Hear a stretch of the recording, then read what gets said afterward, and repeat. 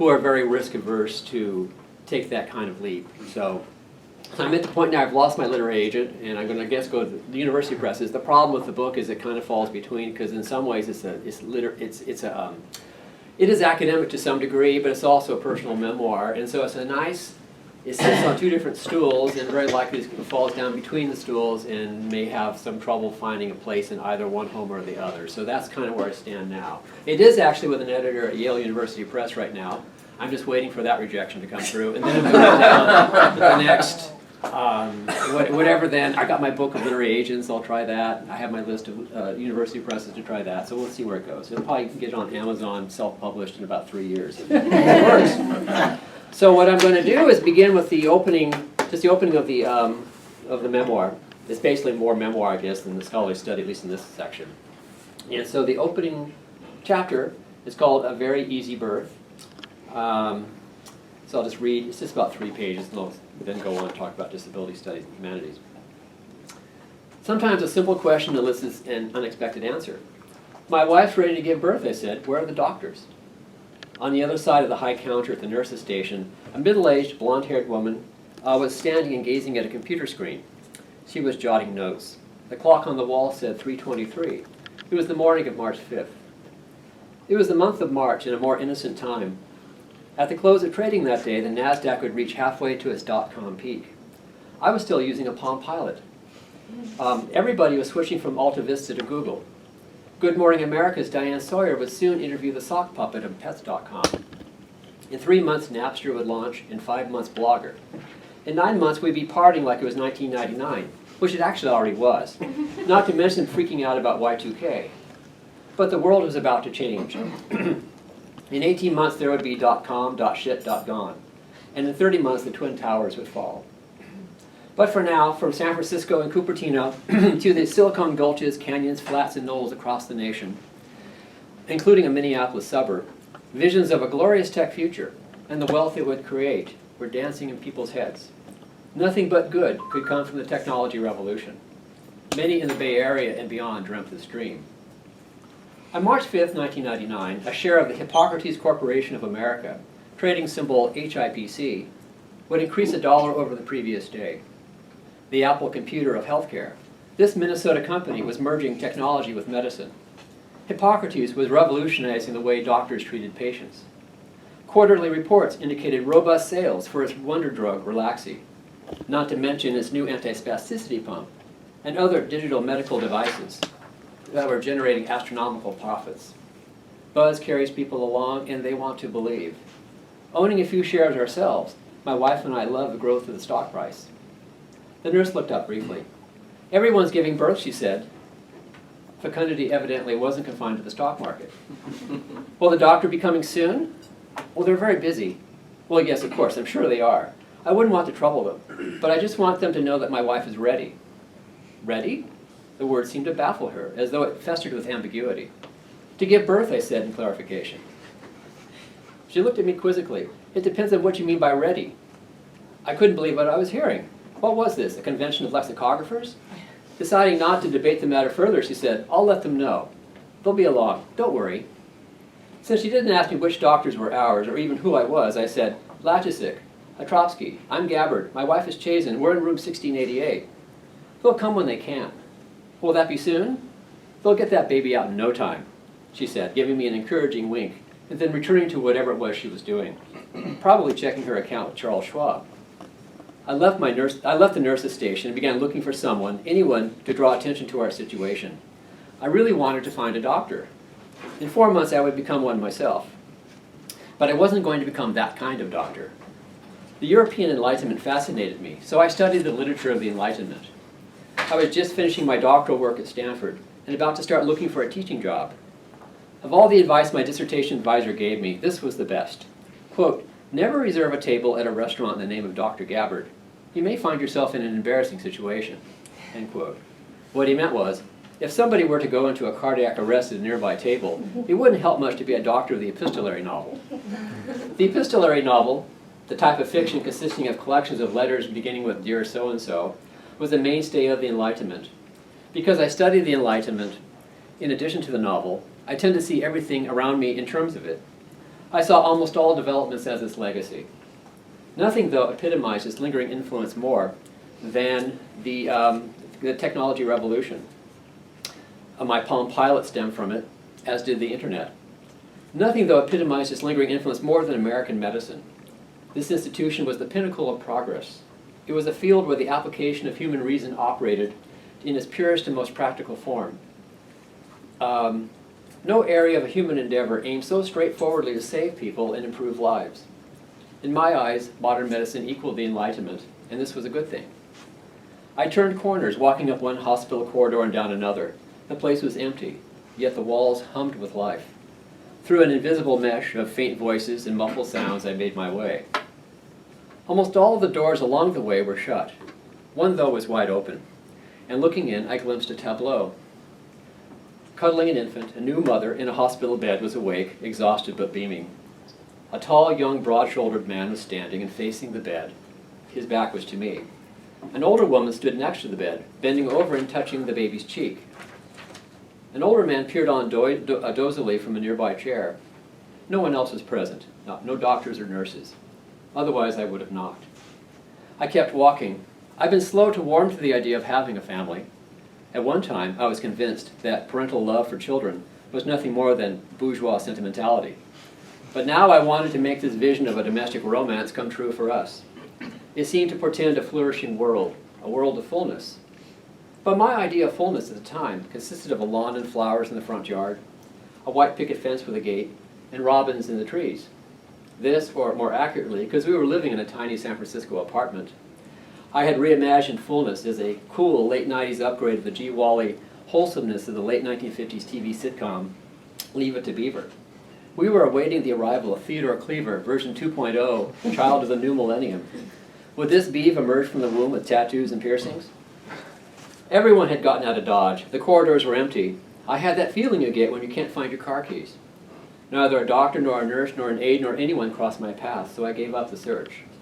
I began heading back to the delivery room, where my wife, Eileen, and our friend, Joanne Nakamura, were waiting for me to return. When I left them a few minutes earlier, no one else, not a doctor, nor a nurse, nor an aide, had been with them. And that is the opening pages of the book. And at this point, I transfer over to the more, put on my hat as a scholar now, and talk about the field of disability studies and humanities. And this is kind of awkward. If I don't stand, you can't see in the back, so I guess I'll just continue standing. You can see me, right? Yes. All right. I guess the camera's all that really counts. Progress. Technology. Yeah, you can all leave now.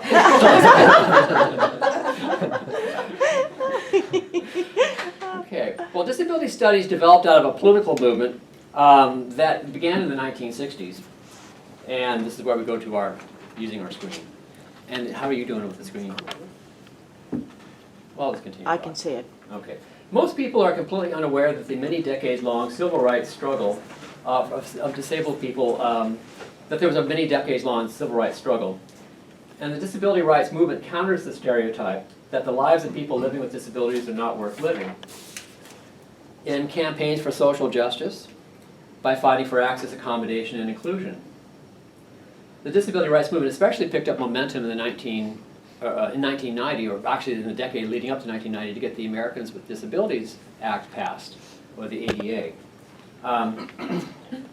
And here are several photographs of what became known as the Capitol Crawl. One on March 12, 1990, disabled disability activists got out of their wheelchairs and actually crawled up the steps of the Capitol building in Washington to draw attention to the ADA, which had become stalled in the Congress. Eric Needle's 2011 film, Lives Worth Living, The Great Disability Fight for Disability Rights, is available in DVD from our own library, and it documents this struggle. It's an excellent film. I always begin my disability courses with showing us little snippets of this documentary. There have been many prominent disability rights activists. Two important ones are the late Ed Roberts, who founded the Center for Independent Living in Berkeley, California in the 1960s. There are now hundreds of affiliated organizations around the world, including one right here in Jacksonville. And another important activist is the late Harriet McBride Johnson, who on behalf of Not Dead Yet challenged philosopher Peter Singer's advocacy for euthanizing babies born with impairments. She debated him in his Princeton University classroom and then wrote a very long article in a Sunday New York Times article. New York Times. The highest purpose of the disability rights movement is to instill pride in disability as an identity.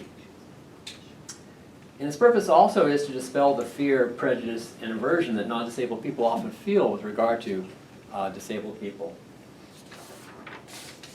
It especially rejects the charity model and expressions of pity extended toward disabled people on the grounds that these gestures are patronizing and more about feeding the self-esteem of the person that's extending the pity. In the past, it has protested Jerry Lewis's MDA fundraising telethons, which many people in the disability community found to be patronizing and demeaning. Now, a good question to ask is how many people in the United States are disabled? And according to the US Census Bureau, it's about 15%, making this sector the nation's largest minority group. Disability rights movement formed and grew because the number of people living with disabilities is not decreasing but increasing. Over the past 70 years or so, more and more people are residing down, at various stages of their lives are residing downstream from a medical intervention. Consequently, individuals who in earlier generations would have died from an injury, ailment, congenital defect, or birth trauma, today are surviving on account of the benefits afforded by the combination of pharmacology, technology, and medicine. However, society has barely begun to recognize, much less begun to address, the growing number of people who are dependent in one way or another on account of medicine's successes. Disability studies in the humanities is rooted in the belief that the study of these anomalous bodies is not solely the province of the sciences, but also is the proper study of the humanities. Disability studies is not interested in studying medical conditions or terminologies or finding fixes or cures for impairments. One of its earliest goals was to explore the question of why some bodies are marked as deviant or different while other ones are marked as normal. To this end, disability studies focuses on the lived experience of people who are marked as deviant or different and on society's and or culture's response to them. It strongly is concerned with interrogating the hegemonic ideologies of normalcy and ability. In literary disability studies, scholars do not look for disabled characters. Rather, they examine a text or set of texts that, in terms of whether they fashion, reinforce, undermine, and or subvert normative definitions and descriptions of what is human form, function, and performance. Critical disability studies is similar to critical race studies, which does not study individuals of a particular race, but investigates whiteness as a construct. In much the same way, disability studies turns the tables scrutinizing not characters or people with impairments, but the way an ambient social environment disables individuals or people. If you notice in this picture here, they've been kind enough to build a ramp, but they left the tree, making the ramp utterly useless, and thus basically disabling people who in a wheelchair who otherwise be able to access the building. UNF physical facilities strikes again. This is not on campus. Although I sometimes wonder. Yes. Along similar lines, disability studies often takes up an investigation of the problem of the normate, a concept developed by Rosemary Garland Thompson of Emory University, who, by the way, spoke here at UNF back in 2009. The normate is a person whose physicality and mental state goes so unremarked that, on the surface at least, it appears normal, typical, common, or average, to the point where it doesn't even seem to merit comment. Disability studies makes it a point not only to remark upon this invisibility, but also to explore why this unmarked quality escapes notice in the first place. And this was a much longer talk, and last night I took out a lot of information, I think hopefully for your benefit, so we'd leave some time for talk and comment and questions. So someplace I'm truncating, as here. I had a lot more to say about Leonard Davis, who's a very important figure in the field, and also Otto Quayson, who wrote an important book called Aesthetic Nervousness. And there are actually many scholars working in the field. Don't get the idea, just these are the only ones by far. But two other important ones that I'll mention in passing are Robert McRuer, who wrote Crip Theory, Cultural Signs of Queerness and Disability, and Tobin Siebers, who wrote Disability Theory and Disability Aesthetics. And Siebers passed away last year from cancer. And I'm putting these on the screen here, this is succession, because if you are interested in reading more, these are like the main books to start with. Because disability studies scholars focus on the privilege that accrues to non-disabled people in the present day, those like me who are engaged in historical literary study, such as that of the 18th century, are interested in tracing the origins of this privilege.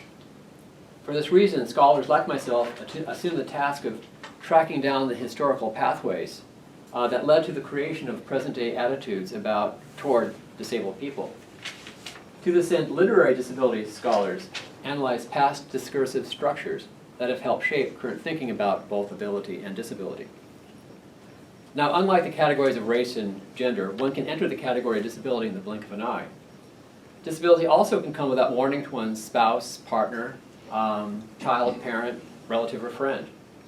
In other words, the category of disability encompasses not just people coping with congenital conditions, but those also experiencing the life-altering consequences of accident, injury, or chronic illness. Now, let's switch gears a little bit here. Although disability runs throughout literature, readers often do not think about or remember examples of it. If prompted, they might identify some memorable instances, such as the protagonist of Sophocles' Oedipus the King, Shakespeare's misshapen and murderous Richard, Duke of Gloucester, the obsessive avenger Captain Ahab in Melville's Moby Dick, I'm jumping ahead, Tiny Tim in Dickens' Christmas Carol, the sinister amputee Captain Hook in Barrie's Peter Pan, and not to forget the peg-legged pirate Long John Silver in Stevenson's Treasure Island. All kind of sinister people. And then there's the cognitively impaired Benji Compson of Faulkner's The Sound of the Fury, which incidentally Faulkner modeled on a man living with Down syndrome in Oxford, Mississippi. And Tom Robinson, the black man with a paralyzed arm in Harper Lee's To Kill a Mockingbird. And this is not to forget several memorable James Bond villains. Here is Spectre agent Emilio Largo in Thunderball, Julius Harris in Live and Let Die, and the character Jaws, who appeared in The Spy Who Loved Me and in Moonraker. And I guess that's a chicken. There's a chicken on his hook. The face of Silva in Skyfall is the way it is on a kind of a suicide cyanide pill that he took that didn't work properly. And Le Chiffre from Casino Royale, should be an E on the end of there, bleeds from a tear duct of his left eye, and he also has a scar above that same eye. And I have to credit Dean Rice, one of my graduate students, who brought these last two to my attention. These characters are all colorful in no small part on account of the connotations their disabilities carry. In all but three of them, impairment serves as a negative sign indicating divine displeasure, moral failing, or evil inner nature. However, in the case of Tom Robinson, disability does the opposite. It validates his claim of innocence. And in the cases of Tiny Tim and Benji Compson, disability signifies suffering innocence, or the wholly innocent. And this indicates a pattern. Disability becomes a cheap way to signify moral culpability, a sinister nature, or spiritual innocence. And this cheap ploy of using a character's disability to accomplish a plot objective is what David Mitchell and Sharon Snyder have called a narrative prosthesis. In fact, they wrote an important book about it. It's one of the first books that one should go to if you're interested in literary disability studies. A prosthesis is something like a crutch or an artificial leg. Authors often reach out for a quick and easy way to get something done in a story, frequently to inject shock value.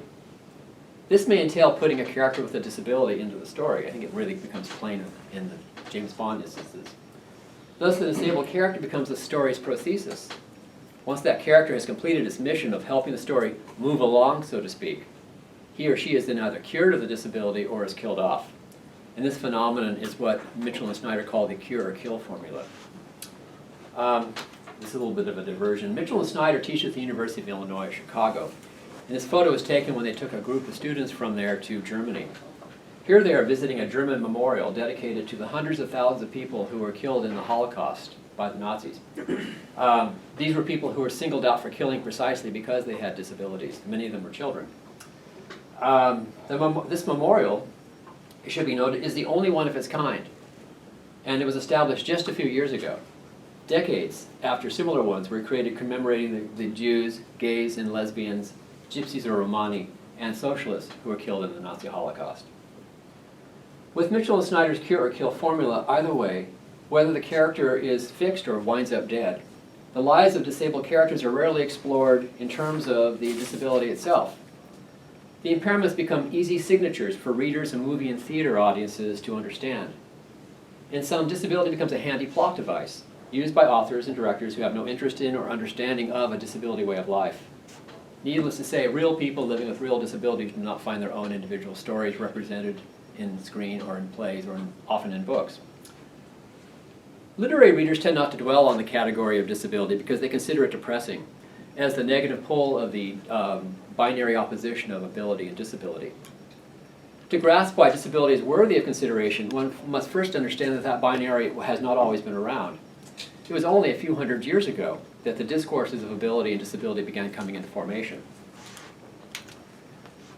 Our modern notions of what it means to be able-bodied and disabled are products of the Enlightenment. The Enlightenment is a cultural historian's term for the revolutionary changes in thinking occurring in Western Europe in the 17th century and extending into the 18th. At the heart of the Enlightenment was the optimistic belief that humans could employ reason, science, technology, and ingenuity to take charge of their lives. It promoted rational modes of thought and the scientific empirical method. A major Enlightenment preoccupation was the question of what does it mean to be human? In answering this question, thinkers tried to determine what should be adopted as a common standard. This statue of George Washington draws upon an ideal perfect form, which is really an Enlightenment idea. It's a neoclassical ideal. The dyad of ability and disability that emerged as a response to the question of what is the proper form of man, and I do mean here man, can be observed taking shape in the imaginative literature of the Enlightenment. And by imaginative literature, I mean primarily the emerging genre of the novel. If you don't know, 18th century is when really the novel came into its own as a genre. This is to say that literature contributed to the social construction of a standard of normative form, function, and performance for all humans. In closing these brief remarks about disability studies, I want to say that one of the areas of ongoing debate among activists and scholars concerns social constructionist model and the embodiment model. Embodiment derives from phenomenology, a school of philosophical inquiry that was inaugurated by Edmund Husserl. Phenomenology is a study of structures of consciousness as experienced from the first-person point of view. Embodiment stems from phenomenology by positing that our experiences, and therefore our thoughts, are contingent upon the body we actually inhabit. Individuals occupying a body, operating in the unique way that it does, will experience and approach the world in their own singular way. An individual in a female body will experience the world differently and have different thoughts and understandings on account of having a female body than a man would. Similarly, in the same way, a person using a wheelchair will have different thoughts and understandings of the world than will a non-disabled person. All of which is to say that the body matters. As an aside, if you're a wheelchair user, you just may begin to think of yourself as being way out ahead of everybody else. More seriously, 18th century scholar Helen Deutsch of UCLA uses the concept of embodiment in the disability studies sense in her literary analyses of the work of Alexander Pope and Samuel Johnson. My graduate course basically is reading just about everything she wrote. The point of the concept of embodiment fundamentally challenges Cartesian mind-body dualism. Cartesian dualism is the historic Western legacy derived from the early 17th century philosopher René Descartes that posits a strict dichotomy between mind and body, in which the former assumes rational control over the latter's messiness and irrationality. Embodiment rejects the idea that the body is just a vehicle for the mind and that the mind is fundamentally disconnected from the body. This is not to say that agency resides solely in the body, but it is also to say that agency does not reside completely in the mind. This idea that the body is not divorced from the mind, that we are not disembodied entities, is best articulated by the late Latina feminist scholar Gloria Anzaldúa, author of the 1987 book Borderlands, who once observed, along with your dreams, the body is the royal road to consciousness. Now, there's a problem with embodiment, as there's a problem with social constructionists. Embodiment brings into the open a tension between essentialist and social constructionist notions of identity. On the one hand, social constructionist understandings of disability identity interpret society to be the agent creating the, quote, problem, in air quotes, of the disabled person. The social constructionist model of disability has its roots. Oops, I'm way behind. Well, there I am now. Has its roots in two sources, the linguistic turn of deconstructionists like Jacques Derrida and the cultural archaeology of Michel Foucault. In this model, borrowing from Leonard Davis, who is definitely a Foucauldian, disability, quote, is located in the observer, not the observed. An impairment is a physical fact, but a disability is a social construction. For example, a lack of mobility is an impairment, but an environment without ramps turns that impairment into a disability, end quote. This cartoon illustrates what Davis is saying. Here's a wheelchair user who sees a sign that says, "Everybody welcome," but she must go up a flight of stairs. The problem is, how is she going to access the building? On the left, in the thought bubble, is the medical model in a nutshell. Her impairment is the problem. They should cure her or give her prosthetics. On the right side is the social constructionist model. The stairs are the problem. They should build a ramp. It is not hard to see why the social constructionist model provides the theoretical basis for political action. There are two problems with embodiment. The first is that it foregrounds an essentialist notion of the body. In other words, you are your biology. The second is that it leaves the door open for going back to the medical model, in which disabled people once again become dehumanized patients, objects of medicine's clinical gaze, and not full citizens with rights. Conversely, the problem with the social model is that it doesn't take into account the fact that in some cases, no number of ramps or curb cuts or progressive legislation is going to solve their problem. If you're suffering from chronic pain, there's no amount of legislation that can help you. There's no number of curb cuts that can help you. Another problem with the social model is that the particularity of people's daily lived experience is not sufficiently taken into account. Consequently, embodiment versus social construction is one of several areas of contention under debate between, I should say, among activists and scholars. Are the two mutually exclusive? Is it possible to embrace both the embodiment model and the social constructionist model? And with that question, I conclude my quick and dirty summation of disability studies in the humanities. And then I'd like to go on to one more thing, and this is basically the introduction to the book, and here's where I kind of explain how I got into disability studies in the first place, having been trained as a 18th-century literary guy. And so this is, again, the introduction to the book, A Life Beyond Reason. So the first three of this book's 5 chapters expand upon an article of mine that was published in late 2010 in the Chronicle of Higher Education. And it spoke about raising my exquisitely beautiful but terribly impaired little boy. And because of the response I received, I decided to develop the article into a book. When I began writing, I was aiming for the work to be a hybrid of personal account infused by my scholarly training. In the 1990s, I earned my doctorate at Stanford University, where I specialized in 18th century British literature. And I described in the Chronicle article how I became the parent of a disabled child, and how this experience transformed the beliefs and values that this training instilled. However, because of the events that took place next, from 2010 to 2015, the book project shifted away from blending memoir and essay toward telling a story, one that I neither could have nor would have wanted to make up. In other words, it started out as an academic book, and it turned into a narrative. In fact, against my will, it became a narrative, a story with an arc. Chapters 1 through 3, which originally were intended to expand upon the Chronicle article, morphed into the exposition, rising action. You all know Freytag's pyramid, I'm sure. And climax, well, the new sections, chapter 4 and 5, became the falling action and the denouement. And as Horatio phrases it at the, Horatio phrases at the end of Hamlet, my job now, after everything was over, merely consisted of reporting, quote, how these things came about. The last 2 chapters are a long way off, so let's go back to the beginning. As a young man, before arriving at Stanford, I fell in love with the Enlightenment. It's a light metaphor, enlightenment. Undergraduates, I have to actually point that out to them. That word lighten, it actually means something. Because I study enlightenment in a formal way, I tend to see everything around me as being a legacy of it. I want to stress, though, contemporary thinkers in sociology, philosophy, cultural studies, and other fields don't do this. Almost all thinkers agree that the Enlightenment ended over 2 centuries ago, and they instead use designations such as modernity, postmodernity, or latent capitalism to describe the general state or condition of the world we're living in today.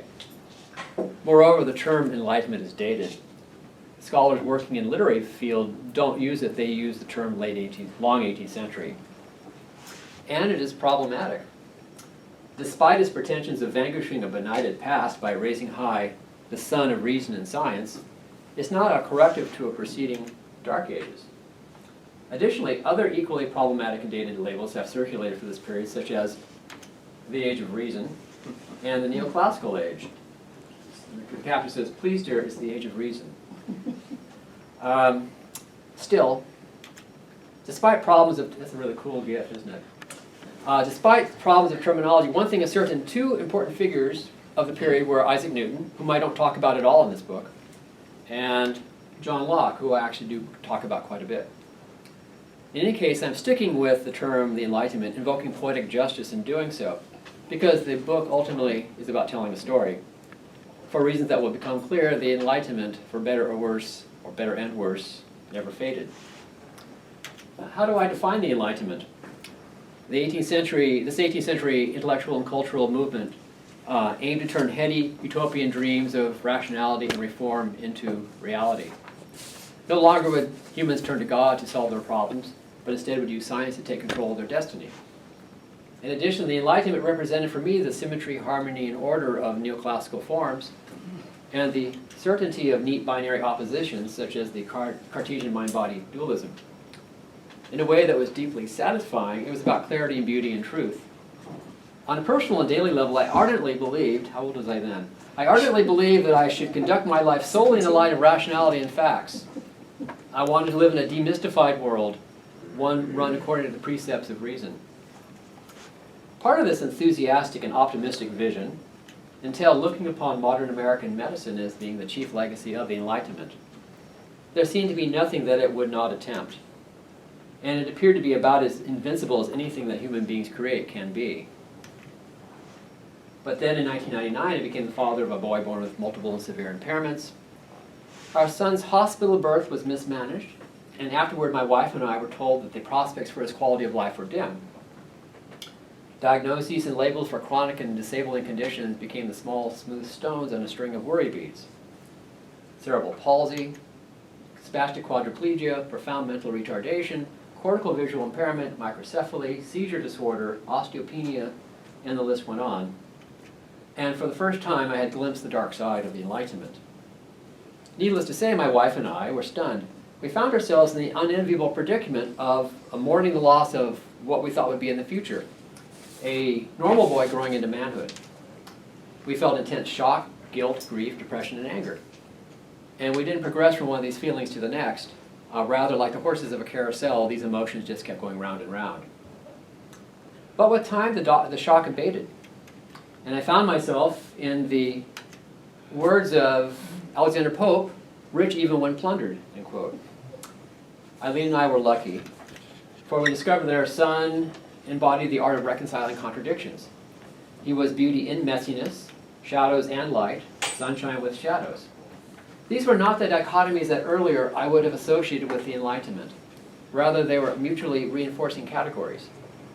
As the master of harmonious confusion and the prince of ambiguity, he became the antithesis of everything the Enlightenment had previously represented for me, and I loved him for it. He embodied what Helen Deutsch calls double-edged indivisibility. The boy had entered my life, and now liberation from the Enlightenment was something devoutly to be wished. It wasn't that facts and reason didn't matter anymore. Rather, I had come to see that they were not all that mattered. Love was something else. It was a separate reality. I started to ask questions that I would never have dreamt of asking under the old regime of reason. Questions such as, what is normal? What is crooked? What is straight? What is intelligence? What is ability? What does it mean to have a meaningful life, to have a life worth living? And most importantly, what does it mean to be human? I saw that our son's disability brought positive value to our family. And to return the favor, I became involved in the disability rights movement, and I began to research, write, and teach in the burgeoning field of disability studies. As a result, the story that I'm about to tell will not be tragic. My son enriched my life and sent it traveling in new and fruitful directions. He forced me to question whether the Enlightenment itself was a dark age.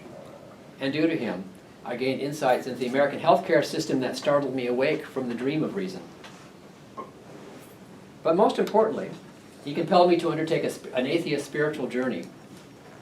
By the end of it, I had to acknowledge that this was by far the strangest surprise in the entire adventure, for I could no longer accurately call myself an atheist. I didn't know what I was exactly, and I still don't, but I definitely wasn't that anymore.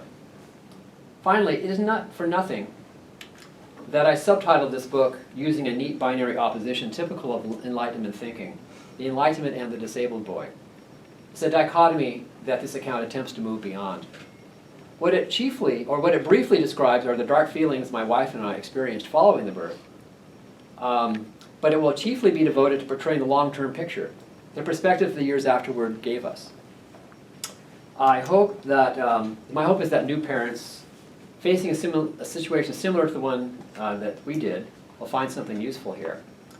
And the message for them is that the initial feelings of loss will fade, life will even out, and then, at some point in their journey, if they remain open-minded about what has happened, they just may find themselves standing silent upon a peak, beholding a new, undreamt-of world.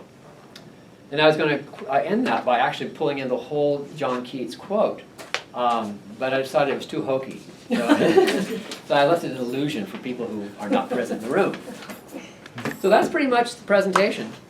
And I don't know if you want to ask questions or make comments or... Yeah.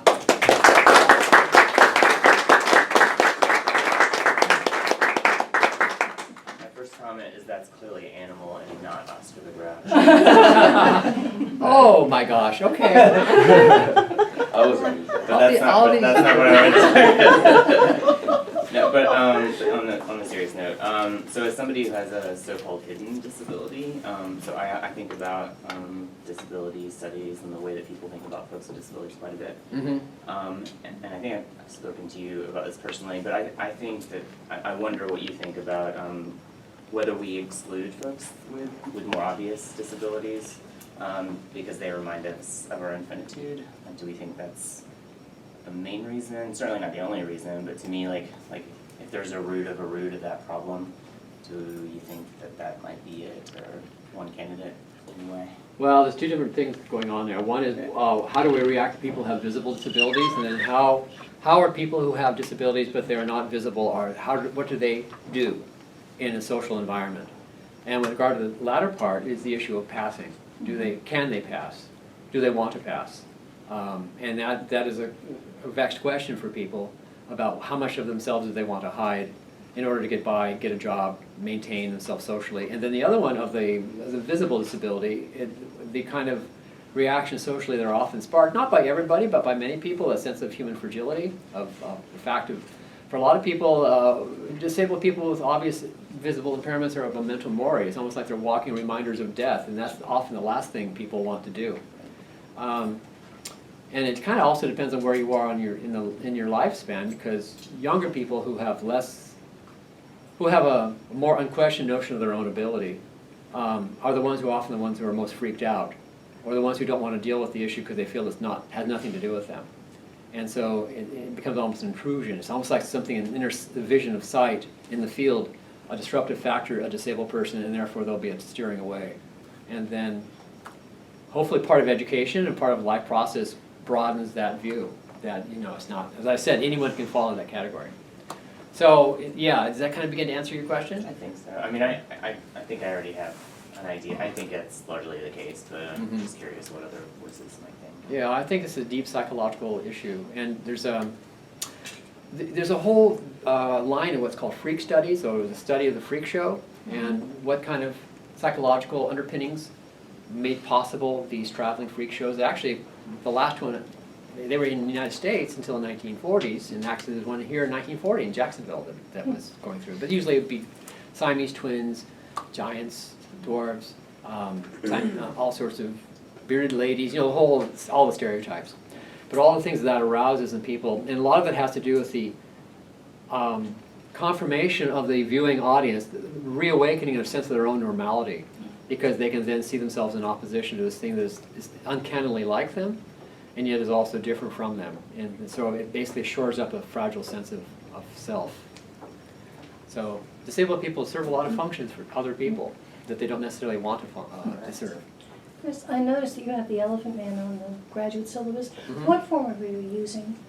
Because there's the movie and then there's the, Oh, the movie has kind of- almost no, the David Lynch version, it's a great movie, but it has nothing to do with the book. that's what I thought. It doesn't actually explore And the then issues. there's the making of the Elephant Man. So which book are you using? I want to read it. Oh, no, it's just the Bernard Pomerantz Oh, original okay. play, which was actually a major play, and then it was picked up by David Thank you. Lynch later. And the problem with the David Lynch thing, it actually kind of violates the sense of the original play by making of, who was it, I'm blanking on his name, Hannibal Lecter. Who played Hannibal Lecter? Anthony Hopkins. Anthony Hopkins, when he played the Elephant Man.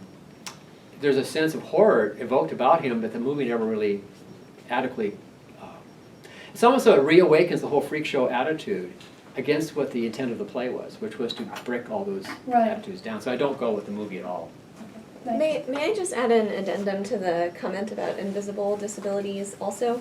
Because I think it relates to your twin themes. Mhm. So this is something that's pretty personal to me since my mom has multiple sclerosis, and getting a diagnosis for it was very, very difficult for her because it's nothing that you can see. And I think that this actually traces back to the Enlightenment emphasis on empirical evidence being visible evidence. And, you know, once she has the diagnosis, that the same is true for mental illnesses and everything. Obviously, you need a diagnosis to get access to healthcare, medical care. But still, every time, you know, she parks in a handicapped spot, she looks able-bodied, and so she gets mean things said at her.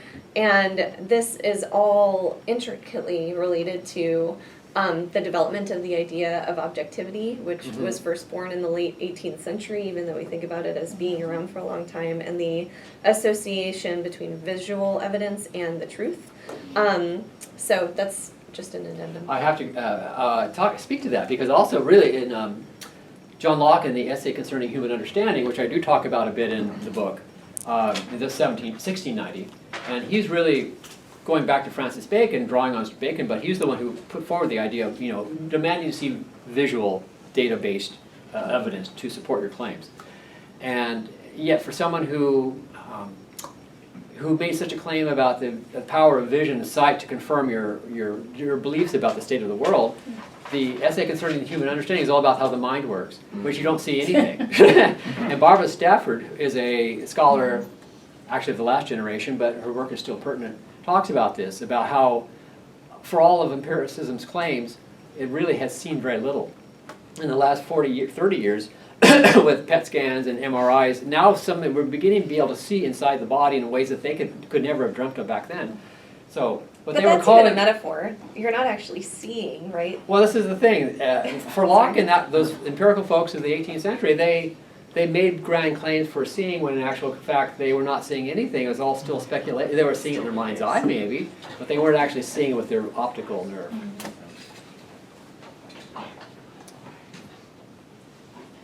Yes? I noticed one of the two social activists in the 60s that was disabled founded a center called the Independence Center. Center for Independent Living. And I was living in San Francisco, and they would come over, these people, and quadriplegics pretty much with these power chairs, come over to San Francisco State where I was taking classes. And I was just amazed how they got around. You got on BART, and then they got on the Muni system, they got onto campus, they got in the classroom. And because often they were the best read, they had the best comments, they didn't have a lot of other stuff to do sometimes. They weren't out playing volleyball. So they were reading the text, like John Locke, they read the entire essay, and they would come into class, and pretty soon the professor would have to shut them down because they had way too much to say. Anyway, I broke into you. No, that's okay. I was just wondering, and I know in the American Disabilities Act there's this sense that the progression for the disabled person is a progression towards independence. And I wonder if there's been a reclamation by those for whom independence is merely an ideal, a reclamation of dependence and evaluation of dependence. That is another hot button issue among disability activists and scholars about what is the role of what should we be aiming for? Are we aiming for independence? In that earlier generation of it, which Ed Roberts was a part, independence was the thing people strove for. But there's a problem with that. Not everybody is going to be able to achieve independence. And really, it's all a matter of, well, the other side speaks to the issue of interdependence, that we are interdependent people. If you think about socially, we are all whether we are normates, whether we are able-bodied or not, we are all basically interdependent, but most able-bodied people don't want to recognize that, and our whole political structure in the United States especially is predicated on the idea that we are all able to stand on our own 2 feet and be responsible for our own actions. We don't need anybody else. We shouldn't want anybody else to help us. We should be self-affirmed in our identity as being complete on our own. And the disability arguments going on now have to do with, well, how much do we put that emphasis on achieving independence versus how do we begin to think about thinking of ourselves as being interdependent? And that's actually a lively debate that goes on. And if Ed Roberts were here, well, I don't know what Ed Roberts would say. He died just a few years ago. I'm sure he lived long enough, and he was quite a vibrant guy. He had to take a breath from a oxygen tank every couple of seconds. But he was verbose. It didn't keep him from putting his opinions out there. And he was quite a spokesperson. In fact, Jerry Brown, first time Jerry Brown was governor of California in the 70s, he put Ed Roberts in charge of the state agency for, I could look at what exactly it was. And it was shocking that when Jerry Brown appointed a quadriplegic to head up a state agency that was servicing disabled people, it caused a lot of eyebrows to raise. It was such an odd thing to do. And he served in that capacity for 9 years. He was quite a... But anyway, he was on the side of saying we are achieving independence because that's the political structure of the United States demands us when people, how they identify. So that's how we're going to identify. But obviously a lot of people get left behind. My son would have been left behind, so therefore I have problems with that. And other people would be left behind too.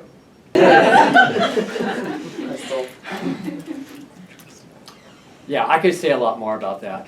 But the problem with Peter Singer's proposal is that even he has to hedge because he says, well, parents will have a 21-day period. Basically extends the idea of abortion into the first 21 days of life. And the parents would have an option to terminate the life of the infant. And there's just so many holes with that. I mean, there's a lot of conditions that don't show up in the first 21 days. Like Batten syndrome doesn't show up until about 2 years old. And yet it's a death sentence for any kid. Kids who get Batten syndrome, they're dead by the age of 7.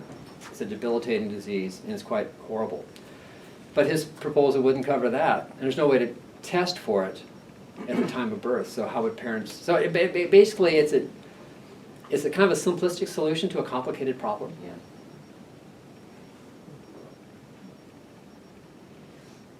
Yeah. Just to connect back to this issue of kind of in the independent versus dependent, there was a very interesting story of someone named Eddie Ndopu, N-D-O-P-U, who was accepted to Oxford on a full scholarship, who's from South Africa, who's black and queer and disabled, and specifically made a campaign to raise money because the scholarship doesn't cover any of his his sort of care needs. Yeah, and so part of the whole sort of video to raise money was all about the overvaluing of the idea of independence. Yeah. It was a great, if people are interested in that where that debate is right now. Yeah. Yeah. Emily. So it's interesting also, I've been making a kind of an informal study of how different guide dog schools market themselves, because of course when they're marketing, they're really talking to the donors and not to the people who are going to get the guide dog. And there's one school where the CEO is a blind guy and he is a dog, and their materials do not use the word independence nearly as often as the other schools where the CEOs are non-disabled. And what often happens in these videos, and this is what irritates me, is you get this saccharine story, and it's not really saccharine, it probably sounds saccharine to me, but somebody who's like, I was in the dark and then I met my dog, and now I can do everything I used to do, and I'm like, honey, you can't do everything you used to do, you can't drive, like, there's plenty of things you can't do. But there is this sense that you become, especially because generally these are stories about men, you become that figure that you once were again. You can get it back, you can get it all back, and you can't. And then again, what's fascinating to me is the personification, a service animal is the personification of interdependence. Because if my animal gets sick, I'm a lot more stuck than if I'm using a cane to travel. I can just get a new cane, So it's interesting to see how a lot of times our rehabilitation organizations are still relying on the whole idea of you're getting back what you lost, which is highly problematic because you're not getting back what you lost. Even if you are a blind person from birth and you go get a service dog, you're not, there is just no way that you're getting back what you lost. Like, you're getting something totally different. It changes the entire shape of your existence. But again, that word independent travel is used, which brings up like animal issues, right? That my animal companion is now like my accessory rather than my cohort, you know? Yeah. So it's fascinating to look at how, again, I am more dependent than ever on a non-human creature, but because it's a non-human creature, I'm still considered independent. In issues of caregiving, though, you have to be dependent often on other human beings. And that raises all sorts of issues. There's lots of ways to conduct caregiving. It can be abusive. In fact, the history of caregiving often is one of abusive. It's the dependent, basically the charge, the person who's disabled is supposed to be completely dependent and submissive to the person who's taking care of them. And so there's a lot of discussions about how can caregiving be conducted. Eva Katay, I'm blanking on her name. Eva Katay basically is a philosopher who has discussed in writing about the issues having to do with caregiving, and she's a good place to go to read more about that. There's a book called Love's Labor is her book. Eva Katay. And she herself is the mother of a child with severe and profound disabilities, and as a philosopher, trained philosopher in SUNY Stony Brook, I think, she had to begin to think about these issues, not just in terms of the one-on-one, but also with the societal contextual issues having to do with funding, about whether caregiving is a form of labor, and how do we think about if it's a form of labor, what do we gain, what do we lose by conceptualizing it that way, and all the ways that caregiving could go wrong because of insufficient funding, and also it is the maximum form of interdependence. So anyway, this is an active debate going on about independence versus interdependence. I see a point for both sides. The people who are striving for independence, they are the people who usually are a little bit more higher functioning, who want to get jobs, who want to live in the community, who basically want to participate along with all their other fellow citizens. And they see that within reach with certain helps, and so they will use the word independence, and opposed to interdependence, which often is maybe people that, you know, needing more care are the ones who will be thinking in terms of that kind of discourse. I'm really outing myself as a social constructionist here too, but I also think that the idea that anyone is independent is a construction. There's no autonomous individual who survives completely without help. I like your reframing of the binary dependent and independent as interdependent, because we are all interdependent, and you know that can reframe or normalize the interdependence of people who need particular kinds of caregiving. Also, I think the fantasies that are associated with like superhero comics and movies is really fascinating to think about from a disability studies perspective, because oftentimes you'll have, like in Deadpool, I forget the character's name, but he had cancer, but then he undergoes this process by which he then acquires these superhuman qualities, and it's interesting for two reasons. One is, of course, or I go back to Avatar. Remember Avatar, Jake Sully, he goes and he gets basically a reincarnated body, this superhero status. In a disabled community, that's really problematic, is the idea in the general able-bodied community that all people in wheelchairs would walk if they could.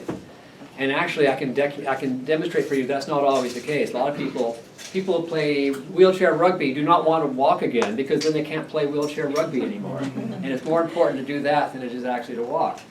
My point being, though, that it raises issues that are problematic about, well, does that mean that all disabled people are somehow second class and are just yearning to get to some other state? Right. And the other thing is the idea of the shifting bell curve, which is that what is considered normal shifts over time, and I think the superhero genre is an attempt to try to game out or think out what will normal look like in the future as basic technological and pharmaceutical occurrences take place. Yeah, Emily.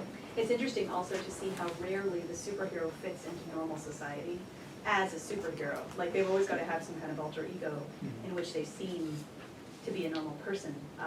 It's like, again, problematic. There's no integration. Like, you're not walking down the street with superheroes just shaking their hand. They're not a part of your everyday life. They have some extraordinary tasks to complete.